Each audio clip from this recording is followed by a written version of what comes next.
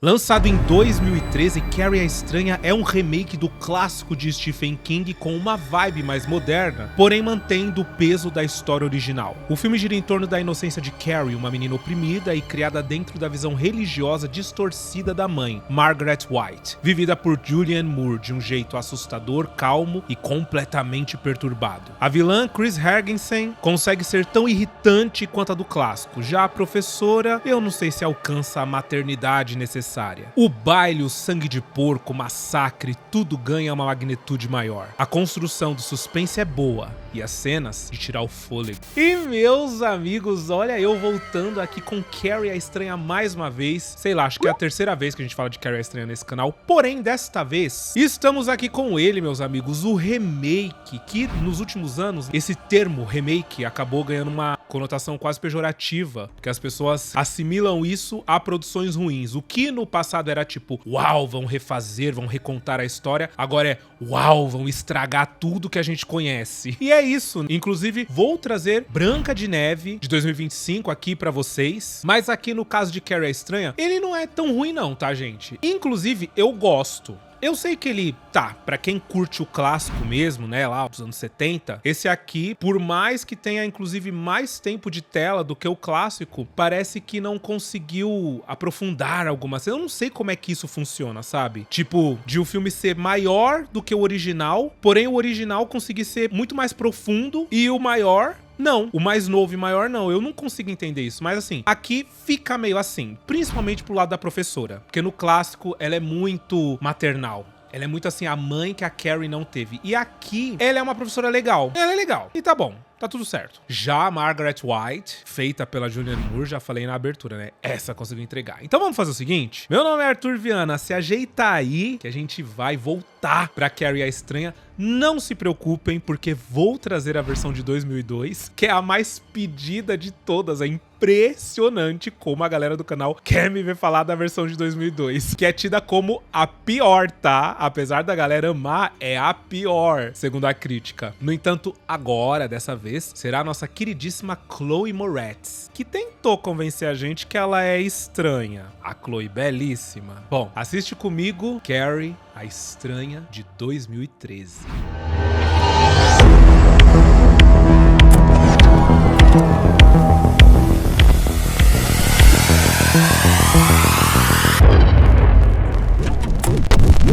E o filme, meus amigos, começa de uma maneira bastante tensa, uma cena que não existe no clássico, onde a gente vê o parto da Carrie White. A gente vê a Margaret White se contorcendo porque a filha tá pra nascer, porém, ela na verdade acredita que ela está morrendo de câncer, que aquilo é um câncer que ela tá tendo e que chegou a hora dela morrer. Quando o bebê nasce, a Carrie não chora, ela é um bebê completamente diferente, né? Na verdade, ela fica só ali, meio que encarando a mãe. E a mãe, quando percebe que é uma criança, pega uma tesoura pra poder matá-la, mas no final das contas não consegue. Ela acolhe a Carrie nos seus braços e tal, e assim, a gente vai conseguir desenvolver muito melhor essa questão da Margaret com a Carrie e a questão da distorção que ela tem sobre a religião, porque é isso, ela é uma fanática religiosa, porém a religião da ótica dela é completamente distorcida. Ela tem uma visão extremamente maldosa, violenta, pejorativa dos textos bíblicos. E isso vai respingar, obviamente, na criação da Carrie.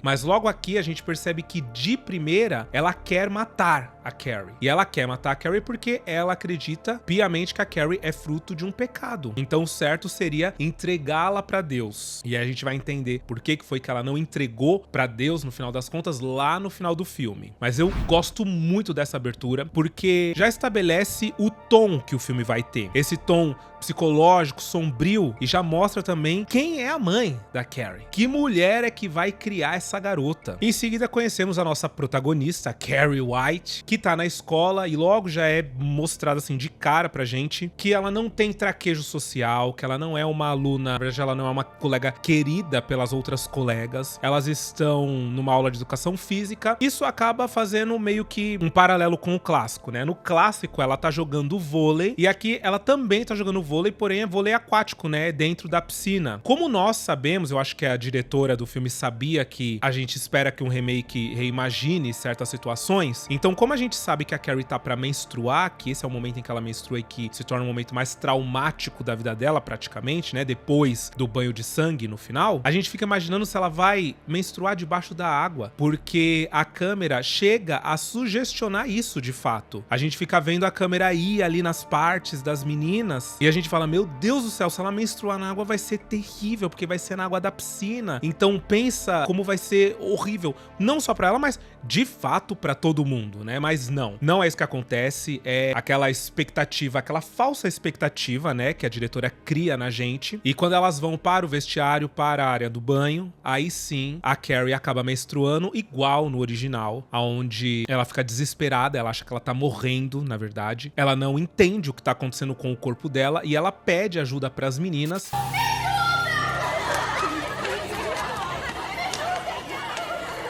E as meninas provocam aquele bullying pesado com ela, jogando um monte de absorvente nela, mandando ela tapar o buraco. Na verdade, elas gritam tapa a rolha ou usa a rolha, algo do tipo, né, na versão dublada. E pra piorar, né, o que acentua mais ainda o bullying da garota é que elas estão gravando, elas estão com o celular. Como o filme se passa, a produção dele foi lá em 2011, a popularização do uso do celular tava acontecendo e o lance de se gravar vídeos e botar na internet também. Então, é obviamente que isso vai acontecer. A garota, a Chris Hargensen, que é a vilã aqui do filme, que eles fizeram uma repaginada nela, tiraram o clássico loiro vilã dela, deixaram ela morena e loira, eles deixaram a garota que vai ajudar a Carrie, que é a Sue. Bom, a Chris é quem filma a Carrie. E aí a professora entra pra entender o que tá acontecendo e acontece aquele primeiro acolhimento, onde ela tenta explicar pra Carrie que tá tudo bem. Só que antes dela conseguir, de fato, falar com a Carrie, que é só depois que ela dá um tapa na cara da Carrie, a Carrie tá desesperada, então ela não para de gritar, as meninas não param de gritar junto. E ali a gente tem a primeira demonstração dos poderes telecinéticos dela, porque as coisas que estão em torno dela começam a se mexer e se afastar dela, porque eu acho que é o sentimento que ela tem, é de que as coisas parem, se afastem. Mas aí a professora dá um tapa na cara dela, finalmente consegue falar com ela e explica que é completamente normal aquilo que tá acontecendo. Ela tá menstruando. Bom, a professora leva ela pra diretoria, aqui ela demonstra novamente que ela tem algum poder telecinético, porque quando o diretor fala que vai ter que chamar a mãe dela pra buscar ela na escola, ela acaba fazendo com que o galão de água exploda do nada, ela fica desesperada de saber que a mãe dela vai ter que vir aqui na escola pegar ela. E aí tem uma cena muito simbólica, muito legal a construção. A diretora desse filme, ela tem uma cinematografia muito boa, ela tenta contar a história através da cinematografia, e aqui, por exemplo, tem uma situação muito interessante que quando a Carrie tá esperando a mãe dela, tem uns garotos zombando, né, da Carrie, e a gente vê a silhueta da Margaret White entrando na escola, né, então eu acredito que em primeira instância era pra causar aquele suspense da primeira aparição da mãe da Carrie. Porém, a gente já viu ela porque acabaram adicionando, né, aquela cena onde ela entra em trabalho de parto lá no início do filme. Mas aqui a gente percebe que a construção era pra gerar esse suspense do look da Julianne Moore mesmo, de como que ela vai estar caracterizada pra Margaret White. E aí tem um momento muito simbólico onde a Carrie, ela tá sentada, normal, ela respira fundo, esperando a mãe dela, né, ela fecha os olhos e ela é acometida por uma sombra toma conta dela completamente, sabe, como se a luz tivesse ido embora. E essa sombra é de ninguém mais, ninguém menos do que da mãe da Carrie. Quando a gente vai analisar isso com um foco mais cinematográfico, que o diretor tava tentando mostrar pra gente, fica muito claro que o diretor tá mostrando que a Carrie vive a sombra da sua mãe. E mais do que isso, a sombra assustadora da sua mãe, a sombra opressiva, porque enquanto ela tá com um semblante bom, quando ela é acometida pela sombra, ela automaticamente fica mal. A gente percebe na cara dela que aquela coisa boa desmanchou. Ela é tirada da escola pela mãe dela, que inclusive carrega ela como se ela tivesse que proteger a Carrie dos demais alunos e como se ela também quisesse passar despercebida ali, né? Como se ela também quisesse ser invisível. A Carrie entra no carro, chega em casa, só que ela tenta conversar com a mãe dela antes de entrar em casa. E isso também é muito simbólico, né? Porque a mãe dela é a própria casa. Então, dentro de casa, a Carrie se sente completamente oprimida, coisa que não acontece fora dela. Mas a mãe dela não aceita, a mãe dela simplesmente entra e fala pra ela entrar imediatamente, porque as duas vão conversar lá dentro, de qualquer forma. E aí acontece aquela cena clássica onde um garotinho de bicicleta vem, começa a zombar da Carrie, né? Chamando ela de esquisita, e ela faz com que ele caia da bicicleta. Bom, ela entra em casa, ela tem uma conversa tenebrosa com a mãe dela. Quando ela chega lá em cima, o quarto da mãe dela, a mãe dela tá batendo a cabeça na parede e repetindo frases bíblicas, dizendo que agora é o pecado entrou em casa e tal. E é quando a Carrie confronta ela pela primeira vez e pergunta por que ela nunca explicou, por que ela nunca falou pra Carrie sobre a menstruação, que é uma coisa normal. Só que acontece, para a mãe dela não é uma coisa normal. Pra Margaret White, na verdade, ela achou que a Carrie nunca ia menstruar. Tanto que na escola, a professora até fala, nossa, foi a primeira vez que você menstruou porque você tá um pouco velha, né, pra começar a menstruar agora. Normalmente acontece quando as meninas são mais jovens. De fato, a Margaret, ela acredita que a Carrie nunca fosse menstruar porque a Carrie nunca teve contato com o pecado. Porque ela acredita que a maldição do sangue vem quando a mulher entra em contato com o pecado. E aí ela fala, o seu pecado foi ter tomado banho nua com aquelas outras garotas. E aí ela fala, mãe, isso não é pecado, ela tem que explicar. Só que a Margaret, ela bate na Carrie com a Bíblia. Você e ele pode puni-la! E eu não vou deixar que isso se abata sobre você, eu não vou. É uma cena bastante tensa, esquisita de assistir, simbólica também, né? Esse filme, ele é cheio de simbolismos. Esse lance dela bater com a Bíblia é claro, é óbvio, ela usa a palavra de Deus e a visão distorcida que ela tem de tudo aquilo pra punir as pessoas. Então, ela pune a própria filha com Deus. E na visão dela, ela está certa, ela não tá fazendo algo de ruim. E essa que é o lance, a bizarrice por trás do personagem da Margaret White. Ela acredita naquilo. Ela acha que tá certo. Na visão dela, ela tá fazendo o melhor pela filha.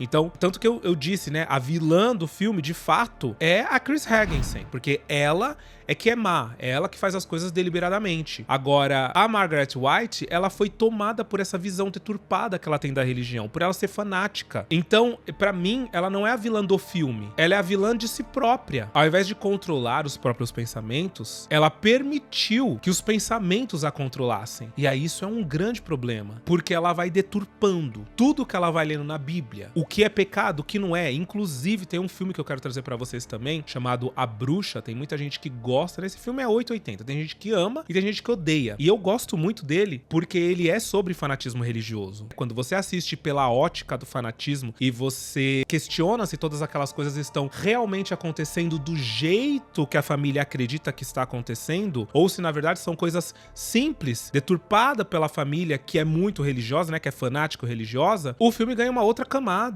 E aqui é a mesma coisa. Bom, no fim das contas, a Margaret, ela prende a Carrie naquele quartinho assustador, onde ela é obrigada a orar pra tentar se livrar dos pecados. E aqui nós temos um Jesus, né, uma imagem de Jesus esquisita, mas mais do que isso, nós temos outras imagens que aludem à violência, que aludem à tortura, que é algo no qual a Margaret acredita que é bom, que é de Deus. Inclusive, ela própria é uma personagem que aqui, ela se flagela. E eu fico pensando se ela se flagela por causa de ansiedade ou o que é que acontece com ela, porque assim, o braço dela é todo acabado, ela coça o braço, dá uma agonia terrível desse braço dela. Tem um outro momento que ela fura a própria perna. Então assim, é uma personagem muito esquisita, complexa, e a Julianne Moore conseguiu fazer assim, logo nesses primeiros momentos assim da interação dela com a Carrie, já dá pra perceber que a gata foi fundo na ideia dessa fanática. Nessa mesma noite nós vemos dois aspectos de duas das garotas que fizeram bullying contra a Carrie. Bom, a Sue Snell, que é a loira, a que acaba se tornando meio que, não amiga da Carrie, mas ela se arrepende, e aqui a gente vê a cena dela se arrependendo porque ela tem uma noite de amores ali com o capitão do time da escola, né, o menino mais popular da escola, e ela acaba dizendo pra ele, né, o nome dele é Tommy, que ela tá muito arrependida do que ela fez com a Carrie, porque ela chegou também a jogar um absorvente na Carrie, mas assim que ela jogou, ela se arrependeu, porque ela viu que era pura crueldade o que tava acontecendo com a garota, né, e que ela tava perdida, e que aquilo também não era engraçado. E ela fica tão aflita de como será que ela pode se desculpar por ter feito isso com a Carrie, só que não passa pela cabeça dela falar pra Carrie, me desculpa, pedir desculpa diretamente, né, pra vítima. Ela quer fazer alguma coisa que alivie a culpa que ela tá sentindo, mas que alivie a culpa, e não que de fato a declare culpada indo lá pedir desculpa pra Carrie. E assim, o filme todo se desenrola exatamente por causa disso, sabe? Se essa garota tivesse ido lá pedir desculpa pra Carrie, nossa, o filme teria acabado agora mesmo. Bom, diferente dela, a Chris Chris Hagginson, ela chega em casa com o namorado dela, né, o Billy, e uma outra menina, uma amiga. E a primeira coisa que ela faz é entrar na internet e jogar o vídeo da Carrie White na internet, passando por aquele momento completamente constrangedor na escola. Então isso demonstra que, de um lado, a Sue tá completamente arrependida, e do outro, a Chris, ela tá se divertindo horrores com isso, porque ela de fato não suporta a Carrie. Porém, no outro dia na escola, as meninas são repreendidas pela professora, que deixa claro pra elas que, por base do que elas fizeram com a Carrie, elas vão ter que fazer o circuito mortal ali da aula de educação física, que é um circuito que acaba com a vitalidade de qualquer um, senão nenhuma delas vai poder ir ao baile. E aí, enquanto elas estão fazendo, a Chris, ela chega a querer desistir daquilo, e ela bate boca com a professora, e a professora deixa claro, se você não fizer, você não vai pro baile. E aí ela tenta até fazer um motim, ela tenta chamar as meninas pra junto delas, só que as meninas não aceitam, elas não topam, porque o baile da escola nos Estados Unidos, gente, ele tem um peso simbólico muito forte. É tipo fechar com chave de ouro o seu ensino médio, na verdade o seu período escolar. Então, para além de ir ao baile da escola, ser lembrada, maravilhosa no álbum de formatura, etc., se tornar a rainha, o rei, a rainha do baile, declara que você foi o auge, o topo de popularidade da sua turma. E lá nos Estados Unidos eles têm muito isso, né? A turma de 2006, a turma de 2013, a turma de 98. E quando você vai ver, eles ainda se lembram de quem foi o rei e a rainha do baile da sua própria turma. Então, assim, é muito importante. É um evento indispensável na vida dos estudantes. Não todos, né? Tem um monte deles que são aqueles mais rebeldes que falam, tanto faz o baile, né? Tanto faz como tanto fez. Mas para os populares, isso é de extrema importância. Para eles é tudo ou nada. Então as meninas não se juntam a Chris, que é expulsa da aula de educação física e proibida de ir ao baile. Enquanto isso, a Carrie na escola, ela sofre mais bullying quando ela chega, escrevem coisas terríveis sobre ela no armário, e aí ela vai pro banheiro e rola aquela cena simbólica onde ela olha pro espelho, né? E todo mundo sabe, aqui quem é velho no canal, sabe que quando um personagem se encara no espelho, é porque tá acontecendo a desfragmentação da persona interna, ou seja, duas versões dela mesma dentro de si. Duas versões desfragmentadas. No caso da Carrie, é aquele embate entre acreditar que tá tudo bem, ser a boa menina que a mãe dela quer que ela seja, né, na religiosidade, mas tentar se desprender disso e ser só ela mesma e, para além de tudo, lidar com seus poderes paranormais. Isso porque ela acaba conseguindo rachar o espelho por vontade própria e depois os cacos do espelho ela faz levitar na própria pia, mostrando de diversos ângulos o rosto da Carrie. Então, assim, a Carrie não tá desfragmentada em duas personalidades, ela tá desfragmentada em várias personalidades. Saindo dali, ela vai pra biblioteca pra pesquisar sobre os poderes dela, sobre esses poderes telecinéticos que ela acredita que ela tem. Mais tarde, quando ela volta pra casa, ela acaba experimentando os próprios poderes, fazendo com que vários livros levitem no quarto dela, só que chama a atenção da mãe dela lá embaixo, porque acaba mexendo na eletricidade da casa, então a eletricidade começa a piscar, a mãe dela escuta uns barulhos esquisitos e sobe com a faca pra poder defender a própria filha. Quando ela tenta entrar, a Carrie percebe. Quando finalmente ela entra de fato, a Carrie mudou tudo e fez parecer que ela tá deitada, dormindo já. A Margaret White coloca a faca ali de lado, deita junto com a filha e diz que ela não precisa se preocupar, porque a Margaret tá ali, né? Porque a mãe tá ali e vai protegê-la. E é aí que a Carrie faz com que a faca caia no chão, de pé. E a Margaret perceba, óbvio, né? Ela olha pra faca. Aqui é bastante simbólico também, porque, bom, ela subiu com uma faca afiadíssima e no final virou pra filha e falou, não, pode ficar tranquila que eu te defendo. Mas será que defende mesmo? Será que essa faca era pros meus inimigos? Ou era pra mim, dependendo do que você encontrasse aqui no quarto? Porque é isso, a cabeça da Margaret acaba sendo uma incógnita, porque a gente não sabe como ela vai distorcer a realidade do que ela tá vendo. E posso falar? No final do filme, sim, essa faca pra defender a Carrie é a mesma faca da qual ela vai usar pra tentar matar a Carrie. É babado. Aí nós temos uma cena deliciosa, onde o pai da Chris, a vilãzinha, vai lá na escola pra falar que é um absurdo o que a professora tá fazendo com a filha dele, que a filha dele não fez nada, ele é aquele pai cego que defende a filha até não poder mais. Tudo que a filha diz é real. E aí no fim, a professora fala assim, não, tudo bem, eu vou me desculpar dela. O problema é que foi feito um vídeo da Carrie White na hora do lance dos absorventes. Esse vídeo foi colocado na internet. Agora imagina você o tanto que isso pode impactar na vida do estudante se ele for exposto. Imagina as faculdades sabendo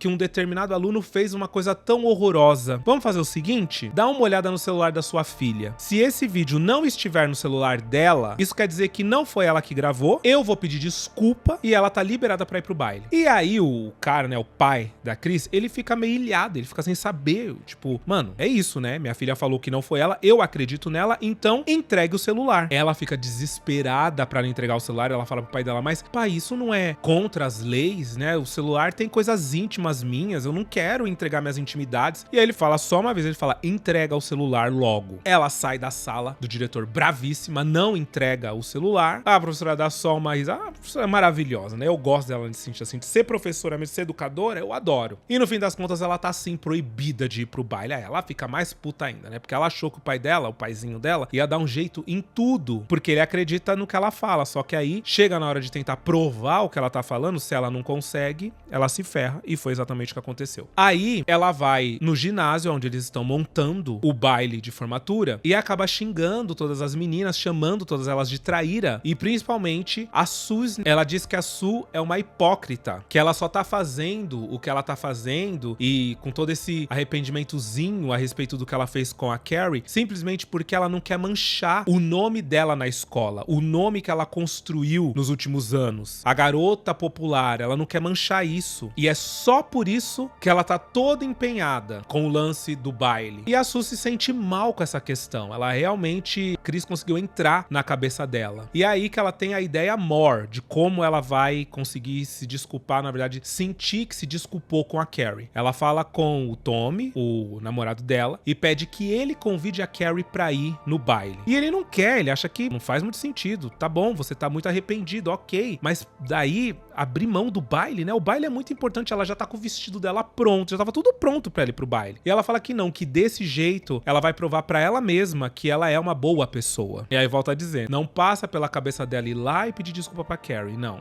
Ela quer assim, ela quer fazer alguma coisa da qual ela sinta que aí sim ela se desculpou com a Carrie. Muito a contragosto, o Tommy acaba aceitando. Isso porque durante uma aula tem um professor que hostiliza a Carrie. Ele chama ela pra ler um poema e ele acaba rindo e debochando do poema que ela escolheu porque ele acha que é um poema muito obscuro, e o Tommy defende ela na frente de todo mundo. Ela fica super feliz, o Tommy defender ela. Então, com base nisso, ele fala, beleza, eu vou chamar ela pra ir pro baile. Ele chama, só que ela não aceita. Óbvio que ela não aceita, né? Na verdade, enquanto ele tá chamando, tem um monte de gente olhando pra ela e meio espantado que o que é que o Tommy, o garoto mais popular da escola, tá fazendo sentado na mesa da Carrie White conversando com ela. Da onde? Por quê? Ela acredita que aquilo faz parte de alguma pegadinha, ela sai dali da mesa e vai chorar no banheiro, porque esse momento não fica tão claro, mas a gente percebe que era algo do qual ela queria viver. É uma realidade da qual ela queria que fosse real na vida dela, sabe? Que o garoto mais popular da escola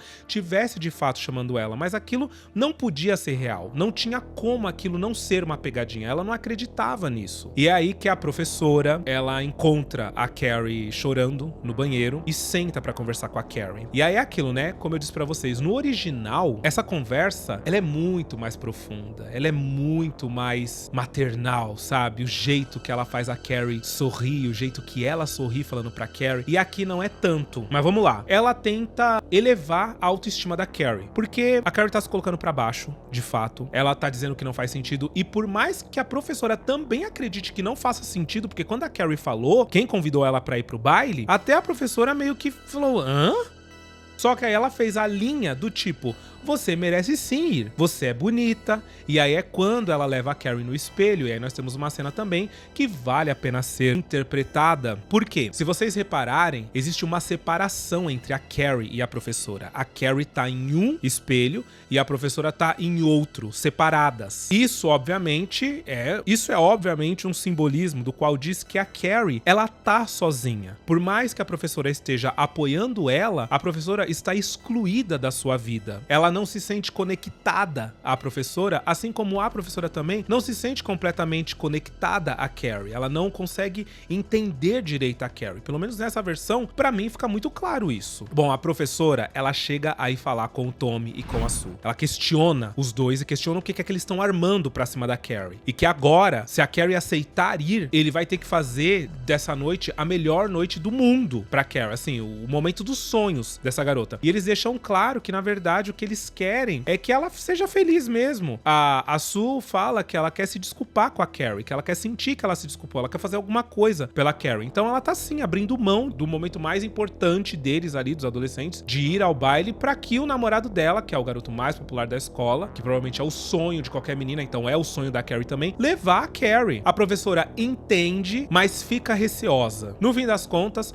o Tommy vai na casa da Carrie pedir pra ela fica desesperada quando ela vê o Tommy lá pedindo pra ir com ela, principalmente porque toda hora ela fica olhando, né, pros carros, porque ela tem medo de que qualquer um desses carros seja a mãe dela, porque se for a mãe dela, nossa senhora, vai dar muito errado ali, vai dar muito ruim esse pedido. No fim das contas, ela aceita, e a gente percebe que ela aceita com um semblante feliz, animada, com total inocência, acreditando de fato, dessa vez, né, dando esse benefício da dúvida, mas acreditando com bastante otimismo que vai dar certo, que é o grande momento dela. Mas a gente vê também que essa agilidade dela aceitar é pro menino ir embora logo também, pra mãe dela não aparecer ali do nada. E aí ela começa a viver, né, o momento dos sonhos dela, ela se empodera, ela vai comprar um tecido pro vestido dela, ela escolhe um tecido clarinho, né, um tecido cor-de-rosa, que acaba fazendo muito alusão a como ela se sente, né, um tecido cor-de-rosa que traz essa inocência que paira em torno da Carrie. Mas quem vê ela escolhendo esse vestido, na verdade o tecido pro vestido, a Chris Hergensen. E aí elas descobrem que o Tommy chamou a Carrie White pra ir pro baile. Aí ela pensa, eu não vou e ela vai? Não, não, não, não, não. É dada a largada no grande plano de vingança da vilãzona do filme. Quando a Carrie volta pra casa, ela volta já pensando, né, que ela vai ter que contar pra mãe dela, que ela vai no baile, que ela foi convidada. E aí essa cena alude muito à cena do clássico, mas assim, o desenvolvimento é diferente. Mas logo que ela chega e a mãe dela tá esperando por ela, acaba fazendo alusão à cena do clássico, referência do clássico, os relâmpagos que tá dando, né? Porque tá relampeando muito e é exatamente assim que acontece a cena do clássico. Elas estão jantando e a Carrie dá a notícia pra mãe dela que ela vai no baile, que ela foi convidada por um garoto, só que em meio a relâmpagos. Então assim, acaba que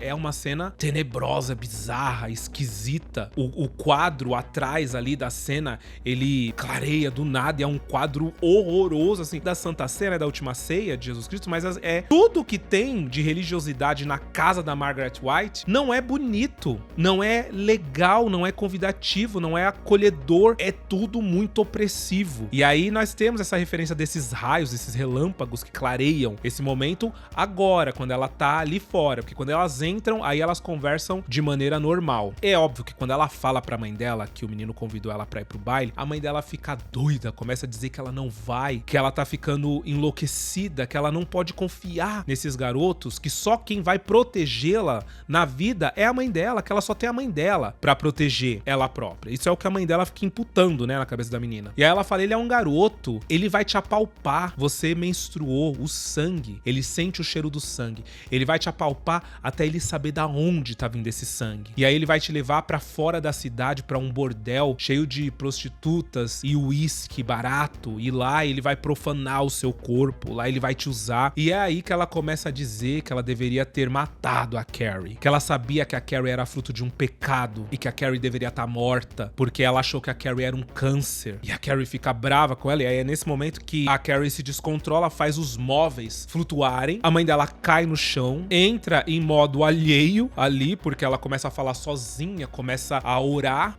E a Carrie tentando conseguir a atenção da mãe, ela usa os próprios poderes, coloca a mãe dela de pé, e aí a mãe dela começa a chamar ela de bruxa, porque ela tá flutuando. E a Carrie explica que ela não é uma bruxa, que aquilo é muito normal, que outras garotas também são capazes de fazer aquilo, outras pessoas no mundo são capazes, que ela pesquisou, só que a mãe dela não aceita. E é aí que ela prende a mãe dela com um pouco mais de força e avisa que não importa o que a mãe dela faça, não importa o que ela diga, ela vai pro baile sim. Ela não vai deixar essa oportunidade de parecer normal, de ter um último momento tranquilo e normal na escola passar. Porém, é nessa mesma noite onde a Margaret fala pra Carrie que a única que pode proteger ela é ela mesma, né? A própria mãe. Fala que vão zombar dela, que vão rir dela, que vai ser terrível, que vai ser uma noite terrível pra ela, que não tem como essa noite ser boa. Pois é nessa mesma noite que a Chris e o namorado e os amigos do namorado vão em um criador matadouro de porcos. E ele deixa claro pra Chris que o que eles vão fazer é jogar sangue de porco na Carrie. Aí aqui tem uma mudança, né? Porque essa ideia de jogar sangue de porco, na verdade, quem tem é a própria Chris. Só que aqui no filme, quem tem essa ideia é o Billy. E a Chris é apenas conivente com essa ideia. Tipo, ok. Ele fala pra ela ainda, né? Ele fala, pô, você pediu pra eu dar um jeito na Carrie. Você falou, esse vai ser o jeito que a gente vai dar nela. A gente vai humilhar ela pro resto da vida. E aí ela começa a gostar da ideia. Aí, em primeira instância, o Chris pede pra um amigo dele matar o porco. Só que esse amigo não consegue dar a marretada na cabeça do porco. Então, ele próprio dá a marretada. E aí ele chama a Chris pra poder participar disso e explica pra ela cortar a jugular do porco, ali o pescoço do porco, pra eles poderem tirar o sangue do porco. Explica mais ou menos como é que vai ser, só que antes dele terminar a explicação, ela já dá a facada no pescoço do porco. Aí sim, demonstrando pra gente a crueldade que existe dentro da personagem, de fato. Então, tipo assim,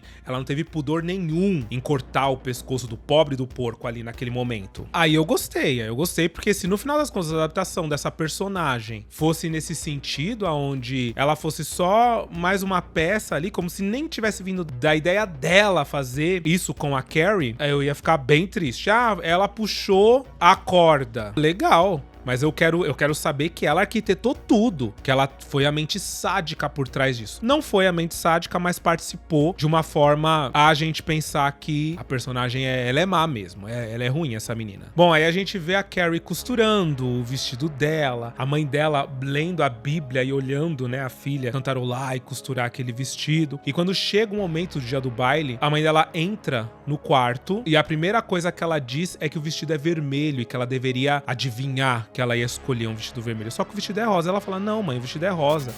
Vermelho.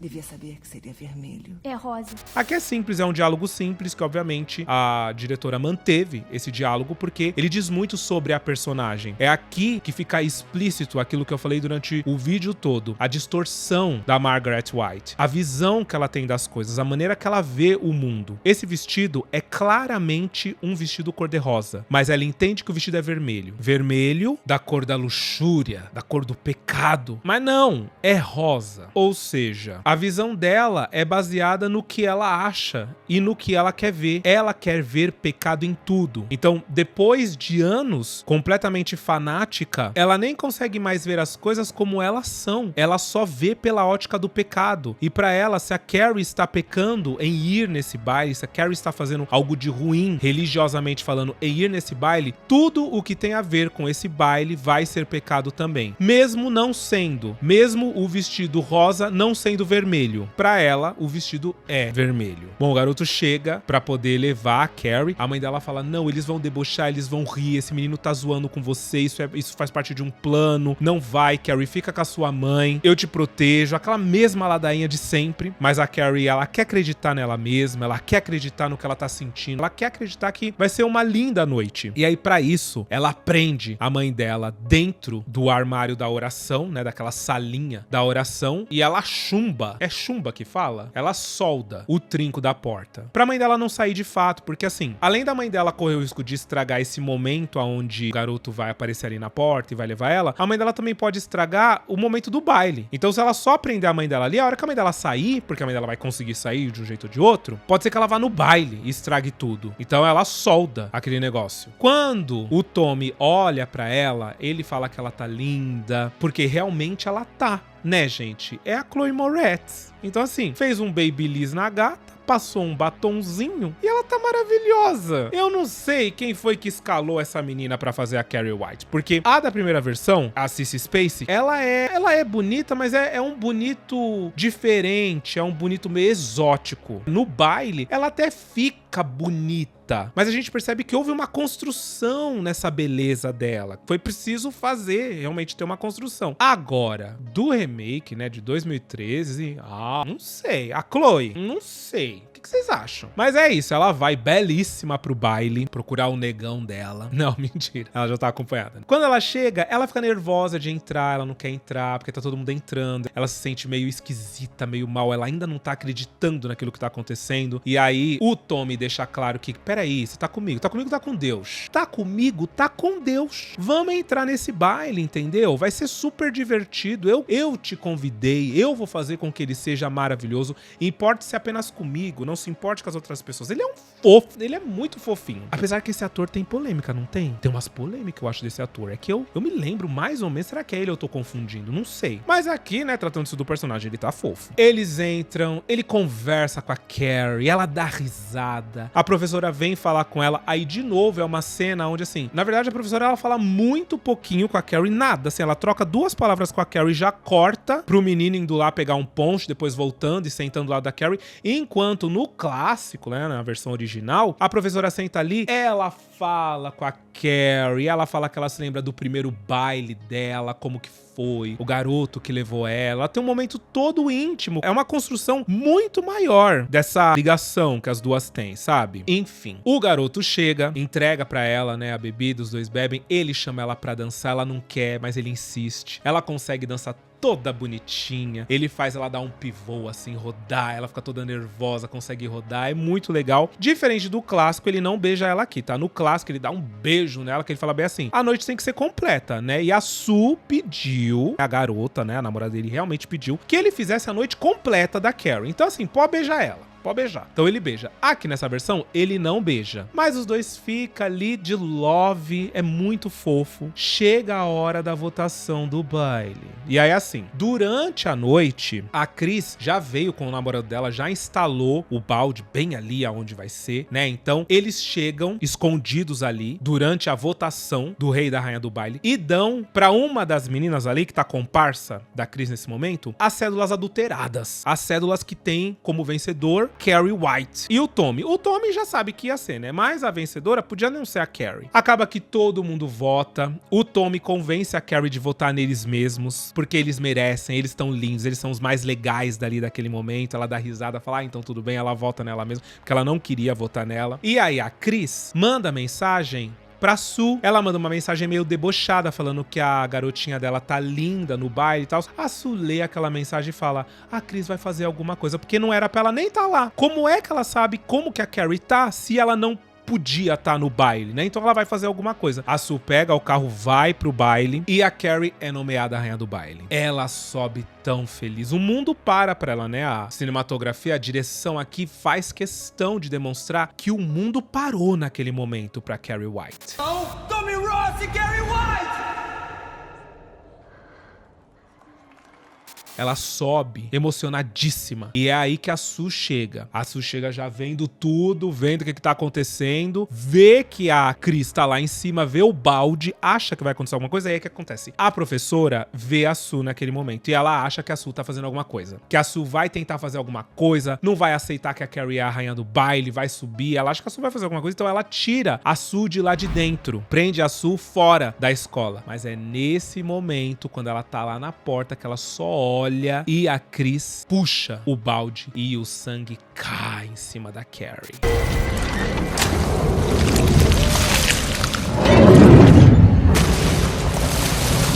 É uma cena muito impactante, ficou muito legal, ficou mais legal, óbvio, né, do que na versão original, que é muito mais simples a maneira que o sangue cai, aqui ele cai de uma maneira mais elaborada, de vários ângulos, e tem motivo, tá, pra ter tido vários ângulos. Eu vou comentar sobre alguns bastidorzinhos dessa nova versão de Carrie Estranha agora no final do vídeo, que já tá acabando, né, obviamente. E depois que a Carrie fica encharcada de sangue, aí começa o momento auge do filme, né, que é o momento mais aguardado de Carrie a Estranha, que é a vingança dela contra a escola inteira. Bom, ela fica se sentindo completamente humilhada, obviamente, e pra além disso, a comparsa da Chris ainda solta o vídeo dela sendo hostilizada pelas amigas lá no vestiário, quando ela menstruou pela primeira vez. Então, assim, é um combo de coisas terríveis, é um bullying horroroso que essa menina sofre nesse momento. Acaba que o balde se desprende lá de cima, cai na cabeça do Tommy, causando um traumatismo e matando ele ali instantaneamente. A Carrie fica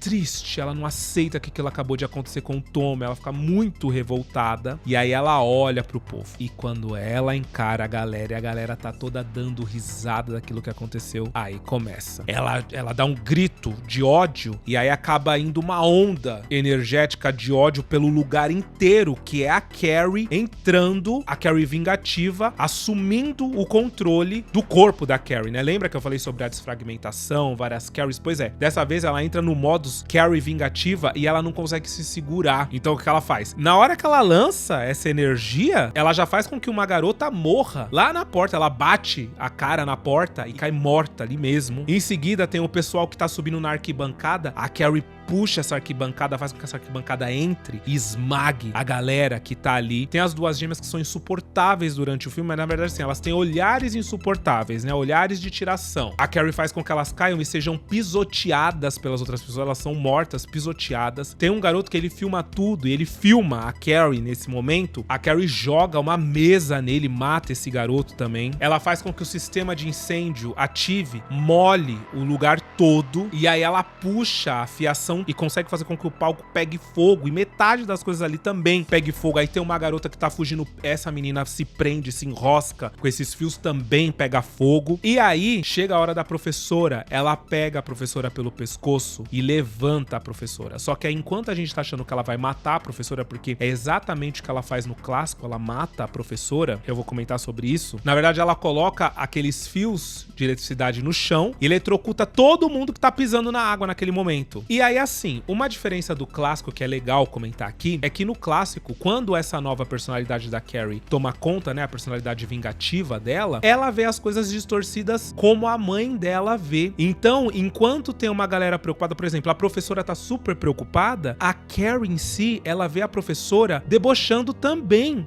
Mas a professora não tava debochando. Mas essa personalidade da Carrie entende que tá todo mundo naquele momento debochando. Então, ela mata a professora. E aí é muito louco, porque no desenvolvimento da conexão entre ela e a professora do clássico, existe realmente uma abertura muito grande pra que elas sejam meio que mãe e filha no filme. E ela mata a professora. É muito mais chocante. Chega aqui, eu acho que aqui ela tinha completa permissão de matar essa professora por estar louca. E não, aqui ela poupa. Só que a conexão dela com a professora aqui nesse novo filme não é tão grande. Então achei que a diretora perdeu a oportunidade. Mas nos depoimentos do making off, a diretora chegou a falar que ela tava com muito medo de chegar nesse momento da vingança e a galera meio que não gostar da vingança da Carrie, o que eu acho impossível, né? Às vezes eu acho que tem uns diretor que assim, ai, para, você tá viajando na maionese completamente. Como é que passa pela sua cabeça que a gente não vai querer que a Carrie se vingue? É a parte principal, é a parte mais legal do filme, mas ela teve medo disso. Então eu acho que com medo disso, ela acabou poupando a professora, sabe? Pra não correr o risco da galera ficar contra a Carrie. Ela queria que a galera tivesse com a Carrie, basicamente. Bom, a Carrie sai dali daquele momento flutuando e lá fora ela vê a Chris e o namorado indo embora de carro. Então o que ela faz? Ela pisa no chão, abre uma rachadura que faz com que parte da pista ceda lá na frente, e aí o namorado da Chris tem que fazer a volta com o carro e voltar. E aí quando eles estão voltando, eles veem a Carrie parada ali e a Chris fala, atropela. Vai com o carro pra cima dela, atropela ela. Que a Chris tá com sangue nos olhos, ela fala, meu, depois de tudo que aconteceu, ela tá aqui na rua, não é possível uma coisa dessa. E aí, meus amores, quando o carro tá chegando, a Carrie faz uma barreira invisível, uma parede invisível, o carro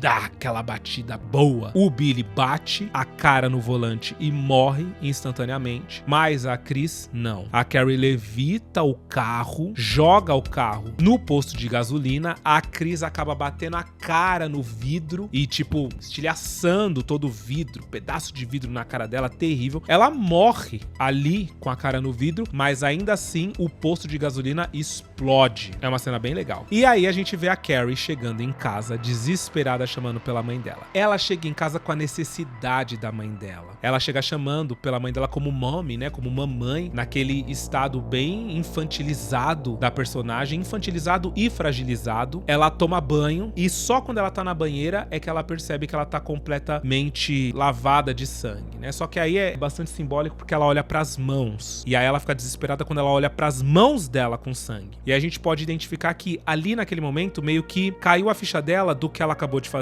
né? Então assim, não tem só sangue de porco nas mãos dela. Tem sangue de todos os alunos, de todas as pessoas que ela acabou de matar. Então acredito que o desespero dela é exatamente esse. É saber que tem sangue nas mãos dela. Sangue de gente inocente também. Depois que ela toma banho, ela encontra finalmente com a Margaret White, que abraça ela, ela pede desculpa, ela fala que não deveria ter desconfiado da mãe, que deveria ter ficado em casa. Então a gente percebe que ela tem uma relação de dependência com a mãe e agora mais do que nunca, porque o trauma master que poderia ter acontecido na vida dela depois daquele do banheiro. Aquele do banheiro, na verdade, foi um trauma que afastou ela da mãe e permitiu que, de fato, o filme todo acontecesse. Porque ali ela se sentiu traída pela mãe dela. A mãe dela não contou a verdade, não disse pra ela que ela menstruaria. Então, assim, aquilo deu aval pra que ela não confiasse mais na mãe durante o filme todo. Só que agora não. Agora é o contrário. A mãe dela tava certa, entre aspas. As pessoas riram dela e ela fala pra mãe dela: você tava certa. Era uma piada, as pessoas riram de mim. Então ela tá fragilizada, ela tá completamente infantilizada nesse momento, né? Ela tá no status criança dela e ela automaticamente criou uma dependência absurda com a mãe, porque a mãe é a única da qual ela confia que pode acolher ela nesse momento, porque não tem como ela confiar em mais ninguém do lado de fora, mais ninguém fora dali, nem na professora, porque a professora não foi capaz de proteger ela lá na escola, e só o que ela quer, né, por ser fragilizada do jeito que ela é proteção. Então a professora não conseguiu proteger ela, outros alunos também não, só a mãe dela. Se ela tivesse ouvido a mãe dela, ela não teria passado por isso. Aí é péssimo, né? Aí pensa, criar uma relação de dependência com uma mulher horrorosa dessa é babado. Bom,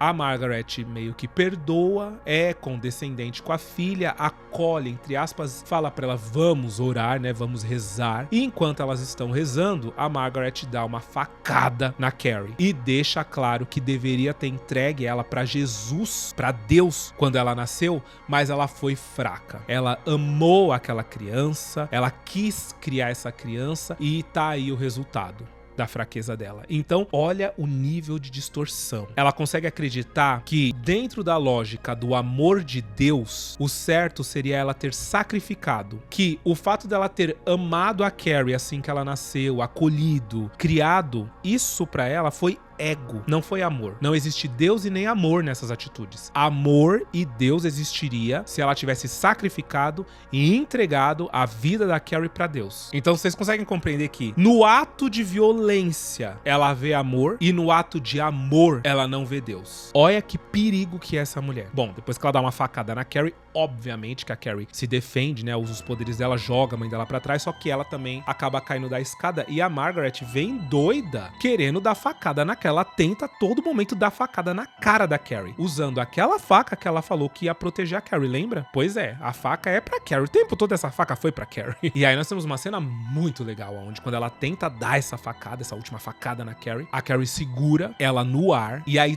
todos os materiais pontiagudos da casa se voltam contra a Margaret. Quase como se todos eles estivessem com o dedo apontado pra essa personagem. E aí, pela primeira vez, a gente vê ela de fato com medo. Com medo da Carrie, com medo do que vai acontecer. A Carrie joga ela contra a porta do quartinho da oração, né? Aquele quartinho do terror. E os objetos pontiagudos todos contra o corpo da mãe dela. Na verdade, 2 deles prendem a mão dela como se ela fosse um Cristo crucificado. E aí a Carrie fica desesperada porque ela não queria ter matado a mãe dela. Ela tira a mãe dela daquele lugar, abraça a mãe dela ali no chão, a mãe dela morre nos braços dela e a Sue aparece ali na casa. Ela tenta dar um acolhimento pra Carrie e a Carrie fala não. E aí ela começa a machucar a Sue. E ela fala: por favor, não me machuca. E a Carrie responde: por que se vocês me machucaram a minha vida toda? É babado. Não me machuca, Carrie. Por que não? Me machucaram a vida toda.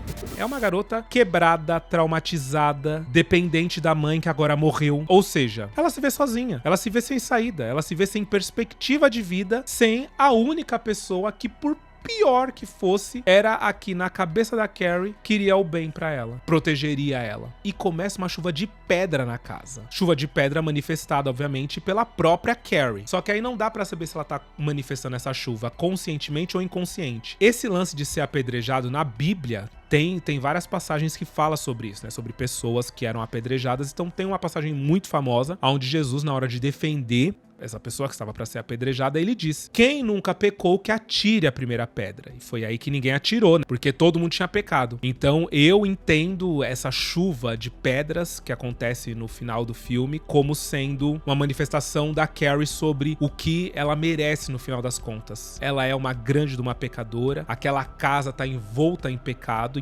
nesse pecado que a mãe dela acredita piamente. Então nada mais justo do que elas morrerem apedrejadas. E aí as pedras destroem a casa e a Carrie acaba se enterrando, se soterrando ali dentro, segurando a mãe junto com a casa. Ela leva tudo junto com ela. Bom, meses se passam, a gente vê a Sue indo colocar uma rosa no túmulo da Carrie, que tá ali entre os túmulos de todos os outros estudantes que também morreram naquela noite. E aí a gente escuta em voice-over, né, só a voz de um investigador perguntando pra ela se esses eventos que ela tá narrando, na verdade, não são completamente distorcidos do que realmente aconteceu naquela noite. Porque como ela tava em completo estresse, será mesmo que naquela noite aconteceu o que ela tá dizendo? E ela fala que sim, que a Carrie de alguma forma tinha poderes e que ela foi muito abusada na escola. E que isso desencadeou essa parte horrorosa da personagem, da menina, da garota. E é aí que, enquanto a Sue tá ali na frente do túmulo da Carrie, que também faz uma completa alusão ao túmulo da versão original, tá escrito Carrie White Burns in Hell, a Sue sente a contração e aí a gente vê o bebê da Sue nascer. Só que a gente percebe que ele tá acabando com a Sue, né? Ele tá rasgando a barriga dela. Só que aí o que nasce não é um bebê, é o braço da Carrie que sai de dentro dela e puxa o braço dela. E aí a gente percebe que na verdade ela tá tendo um pesadelo, um sonho lúcido, ainda em casa, sim, grávida, e a mãe dela tá tentando apartar ela. E aí a gente fica pensando, essa garota vai ter uma vida péssima, porque quando ela achou que a culpa que recaía sobre ela pelo que ela fez com a Carrie tinha acabado dando a ideia do namorado dela levar a Carrie pro baile, na verdade isso foi a pior coisa que ela fez, porque no final das contas ela acabou matando não só a Carrie, mas um monte de gente, né? Então eu acho que esses sonhos lúcidos que ela tem não é a Carrie em espírito fazendo qualquer coisa, é na verdade a culpa que ela carrega de tudo que aconteceu e que ela vai ter que carregar pro resto da vida dela. E desse jeito completamente tenso, termina Carrie a Estranha de 2013. E o filme foi razoavelmente bem de bilheteria, porém a crítica não comprou. A crítica achou que foi uma versão que não precisava existir, dado o fato de que ele se baseia muito no original. Ele não estragou a história da Carrie, mas também pros críticos não trouxe muita coisa nova. Então, tipo, qual foi a real necessidade de se atualizar de fato a história, né? Colocar alguns efeitos especiais, alguns CGIs, mas e aí? E o que mais? Eles consideram que o clássico consegue ser mais visceral, mais cru, mais de verdade. E essa versão acaba sendo um pouco mais pasteurizada, um pouco mais leve. Traz uma Carrie diferente, isso eu realmente concordo, que essa Carrie ela é menos ameaçadora, ela tem um tom menos ameaçador do que a Carrie da primeira versão e da versão de 2002 também. Acho que muito porque a Chloe Moretz ela é muito carismática, só que ela é carismática num ponto diferente do que é necessário pra Carrie, sabe?